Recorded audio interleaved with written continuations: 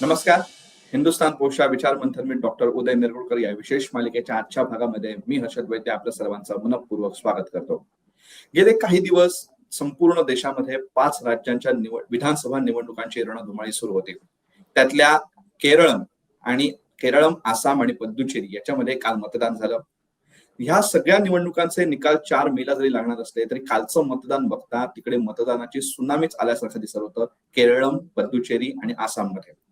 यातल्या आसाममध्ये भाजपा जी सत्ताधारी आहे, भाजपा जो आहे तो तिसऱ्यांदा म्हणजे विजयाची हॅट्रिक करणार का, की काँग्रेस त्याला रोखून पुन्हा एकदा सत्तेवर येणार, हा एक प्रश्न आहे. तर केरळमध्ये जे डाव्या आघाडीचे मुख्यमंत्री आहेत पिनराई विजयन यांच्या नेतृत्वाखाली परंपरा मोडीत काढत केरळमध्ये सलग तिसऱ्यांदा डावी आघाडी सत्ता राखण्यात यशस्वी होणार का, की त्यांचा पराभव करत काँग्रेस पुन्हा एकदा केरळम राज्य आपल्या हातात घेईल, हा एक प्रश्न आहे. या सगळ्याच प्रश्नांमध्ये आणि त्याच्यामध्ये अजून एक महत्वाचा फॅक्टर म्हणजे केरळ मधला जो एक नवीन खेळाडू भाजपा ज्याने एक चंचू प्रवेश तरी केलेला असला आणि मजबूत तिथे पाय रोवण्यासाठी उत्सुक आहे, हा खेळाडू 4 मेला सर्वांना चकित करत एक अचंबित करणारा निकाल केरळमध्ये लावणार का, हे सगळेच प्रश्न आता आपल्याला पडायला लागलेले आहेत. आणि या सगळ्या विधानसभा निवडणुकांचे निकाल नेमके काय लागणार, यांचे अर्थ काय, आणि जी मतदानाची सुनामी आल्यासारखी जो मतदान झालेलं आहे, ही मतदानाचा नेमका फायदा तोटा कुणाला होणार, या सगळ्याच प्रश्नांची उत्तर आपल्याला शोधायची आहेत. आणि त्यासाठी आज आपल्यासोबत उपस्थित आहेत उदय निरगुडकर सर. नमस्कार. नमस्कार सर. माझा पहिलाच तुम्हाला प्रश्न असा आहे की 3 राज्यांच्या मतदानाचे आकडे समोर आलेले आहेत. हे इतकं प्रचंड मतदान झालेलं आहे, याचं नेमकं आपलं विश्लेषण कसं करता? हे बरोबर आहे, कशामुळे झालं आणि याचे फायदे तोटे कोणाला होतील, आपलं निरीक्षण काय? तुम्ही जो सुनामी हा शब्द वापरला तो अत्यंत बरोबर आहे. याचं कारण स्वतंत्र भारताच्या इतिहासात जेव्हा जेव्हा केरळ, आसाम आणि पुद्दुचेरीच्या निवडणुका झालेल्या आहेत, त्या सर्वात जास्त मतदान आतापर्यंत जर कुठल्या निवडणुकीत झालं असेल तर 2026च्या विधानसभा निवडणुकीत झालं. उदाहरण जर घ्यायचं झालं तर आपण आसामचं बघूया. आसाममध्ये एकूण 126 जागा विधानसभेच्या आहेत आणि मागच्या वेळेला सर्वात जास्त मतदान झालं होतं ते होतं 82%. परंतु तो विक्रम मोडत काढत आता आसाममध्ये जवळपास 85.24% इतकं प्रचंड मतदान तिकडे झालेलं आहे. केरळमध्ये 140 जागा आहेत आणि केरळमध्ये आतापर्यंत सर्वात जास्त मतदान हे 73% मागच्या वेळी झालं होतं. तो विक्रम मोडत काढत 77.75 म्हणजे जवळपास 78% इतकं मतदान. तर पुद्दुचेरीमध्ये 30 जागा विधानसभेच्या आहेत आणि तिकडे 90% मतदान झालेलं आहे. आणि मला असं वाटतं जो काही सेफॉलॉजीचा मी अभ्यास करतोय गेले 15-20 वर्ष, त्यातले हे मतदानाचे अचंबित करणारे आकडे. त्याचं कारण 95% जास्त मतदान ज्या बूथवर झालेलं आहे, असे बूथ शेकड्यांनी अक्षरशः आसाममध्ये आणि केरळमध्ये आपल्याला दिसतात. आणि म्हणूनच मला असं वाटतं की जे 2 टाइम सत्तेमध्ये आहेत आसाममध्ये भाजप आणि 2 टाइम सत्तेमध्ये केरळमध्ये असलेली डावी आघाडी, या दोघांच्या कारभारावर एक प्रकारे जनतेने आपलं मतदान केलेलं आपल्याला दिसेल. या सगळ्याचं श्रेय जर कोणाला असेल तर ते मी निसंशयरित्या भारताच्या निर्वाचन आयोगाला आणि निर्वाचन आयोगाचे प्रमुख असणाऱ्या ज्ञानेश कुमार यांना देईल. जरी निर्वाचन आयोगाचे प्रमुख असणाऱ्या ज्ञानेश कुमारांवर महाभियोग खटला चालू करावा, त्यांना हकलून द्यावा अशी मागणी काँग्रेसने केलेली असली तरी देखील 2 गोष्टींकरता इलेक्शन कमिशनचं, अत्यंत निवडणूक आयोगाचं कौतुकच केलं पाहिजे. आणि ते म्हणजे त्यांनी SIR ची प्रक्रिया ही अत्यंत कठोरपणे आणि निष्पक्षपातीपणे राबवली आणि त्यातून जे मृत होते, स्थलांतरित झालेले होते आणि जे घुसखोर होते त्या तिघांना त्यांनी वगळून टाकलं, बाहेर काढलं. आणि त्याच्यामुळे याद्या निर्दोष बनायला, मी संपूर्णपणे निर्दोष झाल्या असं अजूनही म्हणणार नाही, तसा त्यांचाही दावा नाहीये, परंतु शक्य आहे तेवढ्या तरी त्या निर्दोष करायचा प्रयत्न केलेला आहे. आता याच्यात काय व्हर्डिक्ट आलेला असेल, काय नेमका निकाल आहे ते 4 तारखेला आपल्याला कळेल. परंतु जर केरळमध्ये डाव्यांचा पराभव झाला तर लक्षात ठेवा, याआधी पश्चिम बंगालमधनं ते पायउतार झालेले होते आणि आता जर केरळमधनं पायउतार झाले तर संपूर्ण भारतभर डाव्यांचा जो लाल निशाण होतं ते लाल निशाण संपूर्णपणे गारद होईल. इतकंच काय तर संपूर्ण दक्षिण आशियातून डावी निशाणी पूर्णपणे गारद झालेली असेल. आता या दोन्ही राज्यांमध्ये विशेषतः सगळ्यांचं लक्ष हे आसाम आणि केरळकडे आहे. पुद्दुचेरी तसं रिलेटिव्हली स्मॉल राज्य आहे की ज्याचा इतरांवर काही फार परिणाम होईल अशा स्वरूपाचे चिन्ह नाहीत. परंतु आसामचा परिणाम हा ताबडतोब पश्चिम बंगालवर होणार आहे आणि केरळचा परिणाम हा संलग्न असलेल्या तमिळनाडूच्या वोटिंगवर पण येऊ शकतो. म्हणून आतापर्यंत त्यांच्यात जे सत्तारूढ आहेत आणि जे विरोधी आहेत त्यांची मतांची टक्केवारी आणि मिळालेल्या जागा यांचं विश्लेषण आपण पाहूया. उदाहरणार्थ 2021च्या आसामच्या विधानसभा निवडणुकांमध्ये एनडीएला म्हणजेच हेमंत शर्मा बिस्वास हे जे नेतृत्व करत होते आणि आत्ताही ते नेतृत्व करतायत त्यांना 75 जागा मिळाल्या होत्या. त्यातल्या भारतीय जनता पक्षाच्या 60 आणि उर्वरित जागा या सहयोगी पक्षांच्या, त्यात सर्वात मोठा पक्ष आसाम गण परिषद हा होता आणि त्यांना 44.51% मतदान झालेलं होतं.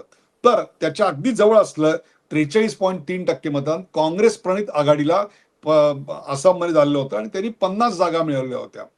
हे मी तुम्हाला अशा करता सांगतोय की ही जी काटेकी टक्कर आहे ती काटेकी टक्कर आता आणखीन किती निर्णायक फोटो फिनिशला आलेली आहे हे आपल्या याच्यातनं लक्षात येईल.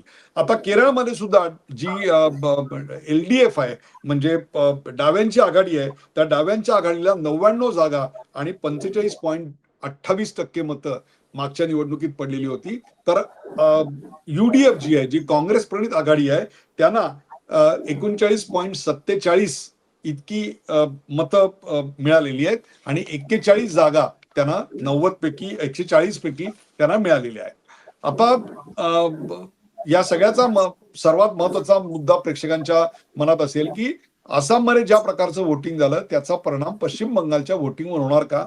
तर 100% होणार. याचं कारण ते एक संलग्न राष्ट्र आहे, संलग्न राज्य आहे. आणि दुसरी गोष्ट, इथे ज्या प्रकारचं मतदान झालं, जशा पद्धतीचं मतदान झालं तशा पद्धतीचं मतदान तिकडे होण्यासारखी अनेक सबळ कारणं आहेत. याचं कारण असं आहे की जेव्हा जेव्हा मतदान वाढतं आसाममध्ये तेव्हा तेव्हा त्याचा फायदा भारतीय जनता पक्षाला झालेला आहे असं सेफॉलॉजिकल इतिहास सांगतो.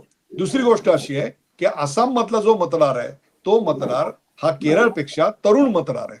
म्हणजे जो फर्स्ट टाइम व्होटर आहे किंवा सेकंड टाइम व्होटर आहे त्यांची संख्या केरळपेक्षा आसाममध्ये खूप जास्त पटीने आहे. आणि तिकडे मुख्यमंत्री पदाचा चेहरा असलेले जे हेमंत शर्मा बिस्वास आहे ते सुद्धा अत्यंत एक तरुण उमेदवार एक प्रकारे आपल्याला म्हणता येईल ते आहेत. परंतु केरळमध्ये मात्र तसं नाहीये. केरळमध्ये वृद्धांची संख्या जरा जास्त आहे, विशेषतः सिनियर सिटीजनची संख्या जास्त आहे. आणि तिकडे रिप्रेझेंट जे करतायत ते पिनारी विजयन की जे 80 वयाची 80 त्यांनी ओलांडलेली आहे. आणखीन एक महत्वाचा मुद्दा तिकडे काय आहे तर त्यांचं डेमोग्राफिक काय आहे त्या राज्याचं, त्याच्यात हिंदू किती, मुस्लिम किती आणि ख्रिश्चन किती हे बघणं महत्वाचं आहे. याचं कारण स्थलांतर मायग्रेशन हा एक मुद्दा, कन्व्हर्जन हा एक मुद्दा, आयडेंटिटी म्हणजे आपल्या राज्याची अस्मिता आणि ओळख, हे 3 मुद्दे अतिशय महत्वाचे. अर्थात विकास हा मुद्दा होताच, परंतु हे 3 मुद्दे अत्यंत महत्वाचे होते. आणि त्याच्याकरता आसाममध्ये जर आपण पाहिलं तर 61% हिंदू, 34% मुस्लिम आणि 4% फक्त ख्रिश्चन हे त्याचं कॉम्बिनेशन आहे. तर केरळमध्ये मात्र तसं चिन्ह आपल्याला दिसत नाही. केरळमध्ये 54% हिंदू, हिंदूंचं प्रमाण तिकडे कमी आहे, 26% मुस्लिम. अर्थात पश्चिम बंगालमध्ये हाच आकडा 30च्या वर गेलेला आहे आणि 18% तिकडे ख्रिश्चन आहे. आसाममध्ये तो 34% होता. परंतु हेमंत बिस्वा शर्मा यांचं जर म्हणणं आपण मान्य केलं तर ते जर योग्य असं म्हटलं तर तो 34%चा आकडा जवळपास 40%च्या वर आहे असं त्यांचं म्हणणं आहे. अर्थातच आता आसाममध्ये जो सर्वात महत्वाचा मुद्दा होता तो जुबिन गर्ग हे जे गायक होते त्यांची जी त्यांचा जो एक मृत्यू झाला समुद्राखाली हे करताना, त्यावेळेला जे काही गोष्टी घडल्या त्याच्यावरून मी स्वतः डोळ्यांनी पाहिलेलं आहे की आसामच्या अनेक गावागावांमधनं त्या विरोधात खूप मोठे शांततेचे प्रोटेस्ट मार्च निघालेले होते. तर केरळमध्ये महागाई, बेरोजगारी आणि तिथल्या होणाऱ्या तरुणांचं आणि उद्योजकांचं स्थलांतर हे मुद्दे केरळमध्ये अतिशय महत्वाचे होते. तर पिनरी विजयन यांच्या अकार्यक्षमतेवर देखील तिकडे प्रश्नचिन्ह उपस्थित केलं होतं. आता जे वोटिंगचे आकडे मी दुपारी आज या कार्यक्रमाच्या तयारी करता म्हणजे अभ्यासले त्यात मी असं सांगू शकतो की जिकडे हिंदू बहुल एरिया आहे त्या हिंदू बहुल एरियामध्ये मग ते आसाममध्ये असेल किंवा केरळमध्ये असेल खूप प्रचंड प्रमाणात वोटिंग झालेलं आहे आणि ते वोटिंगचे आकडे मला पहिल्यांदा दिसत आहेत.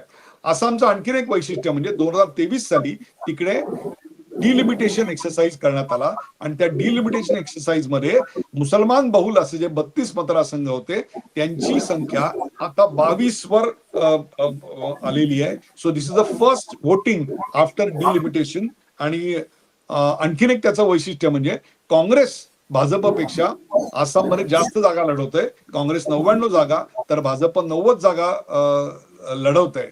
परंतु ओव्हर अँड ऑल जर मला एक वन लाईन कॉमेंट द्यायची असेल तर मतदानाची वाढलेली टक्केवारी, याचं मतदान कोणाला आहे त्याचा निकाल 4 तारखेला लागेलच, परंतु याचं निसंशय श्रेय हे इलेक्शन कमिशन, त्यांचे मायक्रो मॅनेजमेंट, घर घर जाऊन डोअर टू डोअर त्यांनी जाऊन जे कॅम्पेन केलं त्याला आहे, त्यांनी मतदार याद्या ज्या निर्दोष केल्या त्याला आहेत, आणि तिथल्या जनतेने SIR वर जो विश्वास दाखवला या मतदानाच्या माध्यमातून त्याला खरं क्रेडिट आहे. त्यामुळे SIR ला ज्यांनी समर्थन दिलं त्या पार्टीला या निवडणुकीत लोक मतदान करतील असा माझा प्राथमिक अंदाज आहे, आणि SIR ला ज्यांनी विरोध केला त्याला यावेळी भुईसपाट व्हावं लागेल असा माझा अंदाज आहे.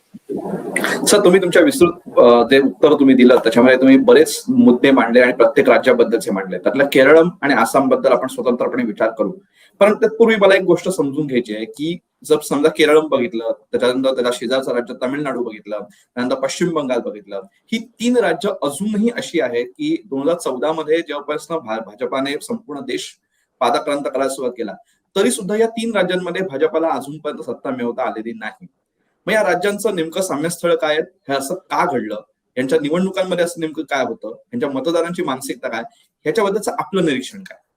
अतिशय चांगला प्रश्न तुम्ही विचारलात की या तिन्ही राज्यांमध्ये कधीही भारतीय जनता पक्ष सत्तेवर नव्हता. सहयोगी पक्ष म्हणून देखील तिकडे तो सत्तेवर नव्हता. त्या तिन्ही राज्यांमध्ये बऱ्याचशा सिमिलॅरिटीज आहेत आणि बऱ्याचशा विसंगती सुद्धा आहेत.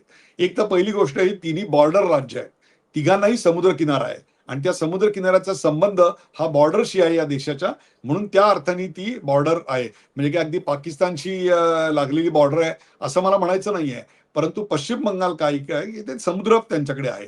1956 साली जेव्हा आपल्याकडे स्टेट रिऑर्गनायझेशन कमिटी स्थापन झाली आणि राज्यांची पुनर्रचना भाषेच्या अनुसार करण्यात आली, त्यावेळेला तमिळनाडू, केरळ आणि पश्चिम बंगाल ही राज्य स्थापन झाली. आता ही जी राज्य स्थापन यांची पुनर्रचना करण्यात आली, स्थापन तर यापूर्वीच झाली होती पण त्यांची एक प्रकारे पुनर्रचना करण्यात आली. त्यानंतर ज्या निवडणुका झाल्या त्याच्या ढोबळ मनाने मी एक विधान 3 याच्यात करू शकतो, आणि ते म्हणजे तमिळनाडूमध्ये पहिली 10 वर्ष काँग्रेस सत्तेवर होतं. 1956 नंतर ज्या निवडणुका झाल्या त्यात पहिली 10 वर्ष काँग्रेस सत्तेवर होतं आणि नंतर 59 वर्ष एकदा DMK आणि एकदा AIDMK, एकदा DMK एकदा AIDMK अशी सत्ता ती केली. तीच गोष्ट केरळमध्ये आहे. केरळमध्ये पहिली 20 वर्ष हे काँग्रेस प्रणित UDFचं सरकार होतं आणि त्याच्यानंतर 49 वर्ष कधी UDF तर कधी LDF म्हणजे मार्क्सवादी कम्युनिस्ट पक्ष यांची सत्ता तिकडे होती. तर पश्चिम बंगालमध्ये त्या राज्याची पुनर्रचना झाल्यानंतर आपण जर पाहिलं तर 20 वर्ष ही काँग्रेसची सत्ता होती आणि त्याच्यानंतर कम्युनिस्ट पक्षाची सत्ता होती. ज्योती बसू हे त्याचे नेते होते, आपल्या सगळ्यांना माहिती आहे. आणि त्यानंतर जवळपास आपण पाहिलं असेल तर 49 वर्ष हे डावे आणि तृणमूल काँग्रेस यांची सत्ता होती. या इथे कुठेही भारतीय जनता पक्षाला कुठलंही स्थान नव्हतं. जरी भारतीय जनता पक्षाला या आधीच्या 2016च्या निवडणुकात 2 जागा होत्या, त्यानंतर त्यांना 77 जागा मिळाल्या आणि आता त्यांना किती जागा मिळतात हे पाहिलं पाहिजे. एक महत्वाची गोष्ट तुम्ही लक्षात घ्या की अण्णादुराई यांच्यापासून निर्माण झालेला DMK आणि त्यातून फारकत घेऊन निर्माण झालेला AIDMK या सगळ्याचं मूळ जर कशात असेल तर ते द्रविड मुवमेंटमध्ये आहे. आणि जी द्रविड मुवमेंट 1916 मध्ये जी जस्टिस पार्टी स्थापन झाली होती त्या जस्टिस पार्टीच्या थॉट प्रोसेसमध्ये आहे. ती जी पार्टी होती ती ब्राह्मणवादाच्या एक प्रकारे विरोधात होती आणि त्यांनी सामाजिक न्यायासाठी म्हणून आपली सगळी भूमिका केली. 1944 साली this Justice Party got merged with Dravida Kazhagam आणि त्याचं नेतृत्व पेरियार करत होते आणि पेरियारची एक फार मोठी चळवळ तिकडे आहे. त्याचा एक वेगळा वैचारिक इतिहास आहे आणि त्याच्यातनच पुढे द्रमुक फुटून निघालं. अण्णादुराई, त्यातून करुणानिधी आणि त्यातून पुढे MG रामचंद्रन, मग पुढे जयललिता आणि आता पळणीस्वामी आणि इकडे स्टॅलिन यांच्याकडे नेतृत्व आणि त्याच्या आधी करुणानिधी यांच्याकडे नेतृत्व होतं. केरळामध्ये पहिलं जे सरकार आलं ते पहिलं सरकार नंबूद्रीपारांचं होतं, म्हणजेच कम्युनिस्टांचं होतं. आणि त्यानंतर तिकडे अँटी कास्ट आणि अँटी उच्चवर्णीय अशा प्रकारची एक मोठी मुवमेंट सुरू झाली आणि ती मुवमेंट जी आहे त्यांनी स्वतःला डाव्या विचारसरणीशी जोडून घेतलं की जे आपल्याकडे इतर कुठेही झालेलं नव्हतं. पश्चिम बंगालमध्ये ती जी चळवळ होती त्यांनी स्वतःला नॅशनलिझमशी जोडलेलं होतं. म्हणजे nationalism of colonial India it coexisted with communism in that part of the world. आणि म्हणूनच त्या सीपीआयचे जे रूट्स आहेत ते ज्यूट मिल मधल्या शोषणाविरुद्ध होते आणि त्यातूनच नक्षलबारीचं सगळं गोष्ट घडली आणि त्यातून नक्षलवादाला आपल्याकडे सुरुवात झाली. त्या तिन्ही राज्यांमध्ये आणखीन एक वैशिष्ट्य म्हणजे तिन्ही राज्यांमध्ये सत्तेवर आलेले आत्ताचे जे पक्ष आहेत ते वेलफेअरिझमचे पक्ष आहेत असं म्हटलं तरी हरकत नाही. म्हणजे हे फुकट ते फुकट, तू दिलं तर मी हे फुकट, तू जर तांदूळ दिले तर मी गहू फुकट, तू जर गहू दिले तर मी तेल फुकट, अशा अशा प्रकारची एक मानसिकता असलेली ती राज्य आहेत. त्यामुळे ही त्यांच्यात मध्ये एक प्रकारे साम्य आणि त्यांच्यातलं विसंगती असं म्हणायला काही हरकत नाही. सर, आता मगाशी म्हटल्याप्रमाणे जे केरळम आणि आसाम यांच्या निवडणुकांबद्दल आपण जे बोलतोय त्यातल्या प्रत्येक राज्याचा आपण स्वतंत्रपणे विचार करू. आता पहिले आपण केरळम घेऊ. केरळम मध्ये तुम्ही म्हटलात तसं गेली 10 वर्ष ही डाव्या एलडीएफची सत्ता आहे, डाव्यांची आघाडी जी आहे त्यांची सत्ता आहे. यामध्ये आता काँग्रेस एकेकाळी येथे सत्तेवर होती, पुन्हा एकदा काँग्रेस इथे जोर लावून लढते. तिथे त्यांना वायनाडमध्ये राहुल गांधींना विजय सुद्धा मिळाला, जो केरळ मधलाच मतदारसंघ आहे. याच्यामध्ये काँग्रेस आता पुन्हा एकदा याच्या निवडणुकीमध्ये काय स्टेकवर लावत आहे, काँग्रेस कशा पद्धतीने लोकांपर्यंत जात आहे आणि काँग्रेससाठी ही निवडणूक किती महत्वाची आहे, आपलं निरीक्षण काय?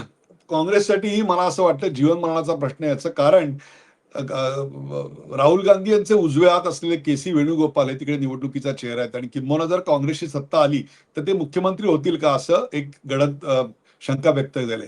वायनाडमध्ये आत्ता एक दुरुस्ती अशी आहे की वायनाडमध्ये आत्ता राहुल गांधी नाही आहेत तर आत्ता तिकडे त्या ठिकाणी प्रियांका तिकडून उभे आहेत आणि प्रियांका तिथल्या खासदार आहेत. तरी तुमचं म्हणणं बरोबर आहे की त्याचं नेतृत्व एकेकाळी हे राहुल गांधी यांनी केलेलं होतं. आता सर्वात तिकडे महत्वाचा मुद्दा असा आहे आणि तो म्हणजे पिनराई विजयन हे 80 वर्षापेक्षा वरचे आहे. दुसरी गोष्ट त्यांच्या सरकारवर अकार्यक्षमतेचे भ्रष्टाचाराचे आरोप झालेले आहेत. तिसरी गोष्ट कुठेही तुम्ही 10 वर्ष सत्ता केलीत ना तर तुम्ही प्रत्येकाला काही खुश करू शकत नाही. कुठला ना कुठला तरी ग्रुप नाराज असतो. त्याच्या नाराजीला तुम्ही कसं स्वतः बरोबर जोडून घेताय आणि त्यांचा आवाज बनताय यावर बऱ्याचशा गोष्टी असतात. परंतु आता एक लक्षात घ्या तुम्ही, हे सगळं जरी असलं तरी काँग्रेस तिथे काही रन मध्ये आहे असं आपल्याला आता दिसत नाही. त्यामुळे एक प्रकारे राहुल गांधींच्या राजकीय आयुष्यातली 2004 मध्ये ते निवडणुकीच्या पटलावर आले तेव्हापासूनची आत्ताची ही सर्वात मोठी ऍसिड टेस्ट आहे केरळ, असं मला प्रामाणिकपणे वाटतं. तर तुम्ही आता एक 10 वर्षांचा मुद्दा म्हणलात की कुठलीही सत्ता किंवा कुठलंही सरकार ज्या सलग 10 वर्ष सत्तेवर असतं तेव्हा एक अँटी इन्कम्बन्सी किंवा लोकांमध्ये काहीतरी नाराजी असते. मग हाच निकष आसाम बाबतीत सुद्धा लावायचं म्हटलं तर आसाममध्ये सुद्धा गेली 10 वर्ष भाजपात सत्तेवरती आहे. तिथेही एकेकाळी काँग्रेस सत्तेवर होती आणि आता परत एकदा काँग्रेस त्याच्यावरती पलटवार करण्यासाठी जोरात त्याच्यामध्ये स्थान निर्माण करण्याचा प्रयत्न करते. आसाममध्ये काय म्हणाल, आसाम काँग्रेससाठी काय लावू शकतं किंवा आसाम काँग्रेससाठी काय कसं महत्वाचं ठरू शकतं? आसामची लढाई काँग्रेससाठी सर्वात महत्वाची आहे. तिथे हेमंत बिस्व शर्मा हे आता निवडणुकीच्या रिंगणात त्यांचा भारतीय जनता पक्षाचा चेहरा आहेत आणि ते त्यांच्या नेतृत्वाखालीच निवडणुका लढलेल्या जात आहेत आणि तिकडे काँग्रेसची भूमिका ही चॅलेंजरची आहे आणि इकडे सुद्धा प्रस्थापितांच्या विरोधातलं मत काही ना काहीतरी निर्माण झालेलंच असेल. त्यामुळे आसाम मधली जी लढाई आहे ती भारतीय जनता पक्ष विरुद्ध काँग्रेस आणि केरळमधली जी लढाई आहे ती पिनराई विजयन यांच्या नेतृत्वाखालचा कम्युनिस्ट पक्ष विरुद्ध काँग्रेस अशी आहे. त्यामुळे दोन्ही ठिकाणी काँग्रेस हे चॅलेंजरच्या भूमिकेत आहेत. परंतु झालेलं जे मतदान आहे ते बघता पण केरळमध्ये गंमत अशी आहे की ते कम्युनिस्ट पक्षाला आव्हान देत आहेत पण इंडिया आघाडीमध्ये कम्युनिस्ट पक्षाच्या बरोबर मांडीला मांडी लावून पण बसतायत. म्हणजे हा एक विरोधाभासातली सुसंगती आणि सुसंगतामधला विरोधाभास आहे, मला कळत नाही. एक लक्षात घ्या, जिथे 34% मुस्लिम मतदार आहे आसाममध्ये, सीमावर्ती राज्य आहे आणि भारतीय जनता पक्षाच्या विरोधातलं वातावरण हे अँटी इन्कम्बन्सीचा फायदा घेत वरती नेणं सहज शक्य होतं. परंतु आता जे परसेप्शन वोटिंग मधून मला जे आलेलं दिसतंय आणि प्रचारात जे मुद्दे वरती आले ते लक्षात घेता हे बघा 33-34% जे मुसलमान आहेत ते तर भारतीय जनता पक्षाला मतदान करत नाहीत. त्यामुळे उरलेल्या 60-70% भारतीय जनता पक्षाला त्यांच्या विजयाचं मार्जिन मिळवायचं आहे. परंतु काँग्रेसला तसं नाहीये. त्यांना ते 33% मिळतात आणि उर्वरित 67% हिंदूमध्ये पण ते प्रचार करू शकतात.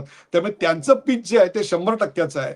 परंतु तरी देखील काँग्रेस तिकडे काही आघाडी घेत आहे, प्रचारात काही महत्वाचे मुद्दे मांडलेत, काही चमकदार परफॉर्मन्स त्यांचा तिकडे असेल असं वाटत नाही. त्यामुळे काँग्रेसच्यासाठी आणि त्यांचे नेते असलेल्या राहुल गांधींसाठी ही एक आयुष्यातली सर्वात मोठी ऍसिड टेस्ट आहे असं मला वाटतं. सर, तुम्ही मगापासून हिमंत बिस्वा शर्मा यांचा उल्लेख करता, जे आसामचे मुख्यमंत्री आहेत आणि तेच भाजपाचा तिथल्या त्या राज्याचा एक प्रमुख चेहरा आहे. त्यांच्या पत्नीवरती या निवडणुकीदरम्यान आरोप झाले, गंभीर आरोप झाले. या गंभीर आरोपांची चौकशी व्हावी अशी मागणी सुद्धा काँग्रेसने लावून धरली. याचा निवडणुकीवरती किती परिणाम होईल, मतदानावरती किती परिणाम होईल, आपल्याला काय वाटतं? शून्य परिणाम होईल. याचं कारण तुम्हाला मी सांगतो, नुसते आरोप करून चालत नाही, ते सिद्ध करावे लागतात. ते सिद्ध करण्यासाठी काँग्रेसकडे कुठलाही पुरावा नव्हता. त्यांच्या पत्नीकडे 2 का 3 देशांचे पासपोर्ट आहेत असं त्यांनी सांगितलं, जे आज सहज अक्षरशः अर्ध्या तासात व्हेरीफाय करता येतं.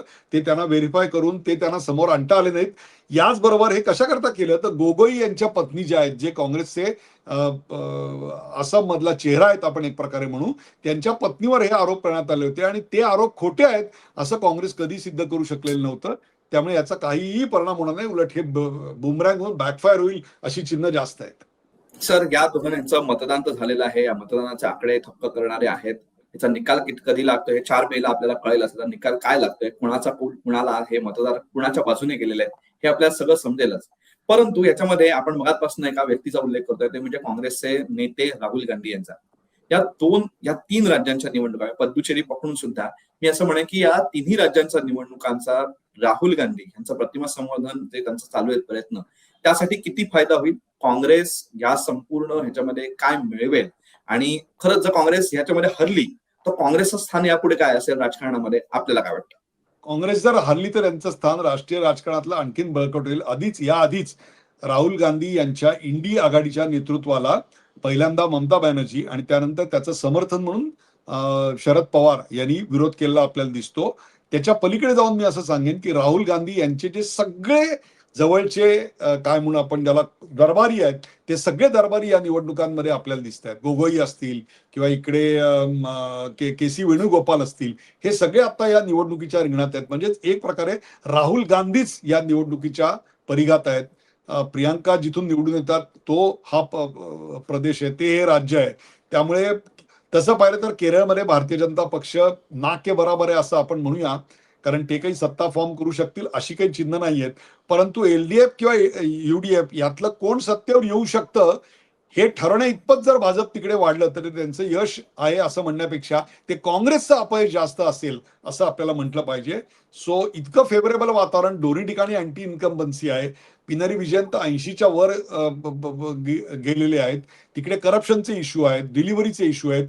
हे सगळं असताना जर काँग्रेस चमकदार परफॉर्मन्स करू शकलं नाही, आणि विशेषतः त्यांची जी स्वप्न आहेत की जेन झी यांनी जसं आंदोलन नेपाळमध्ये केलं, बांगलादेशमध्ये केलं आणि खाली श्रीलंकेमध्ये केलं, तसं आंदोलन आपल्याकडे उभं राहील आणि त्यातून एक मतांचा चमत्कार घडेल, यातलं काहीही घडताना आपल्याला दिसत नाहीये.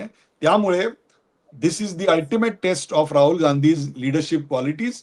आणि जर त्यांचा पराभव झाला तर तो त्यांच्या काय आपण एखादा विजयी झाला तर आपण म्हणतो मानाचा शिरपेस त्यांच्या याच्यात रोवला गेला, तसं यांच्यात आणखीन एक अपयशाचा शिक्का त्यांच्या कपाळावर मारला जाईल, यात काही शंका नाही आहे.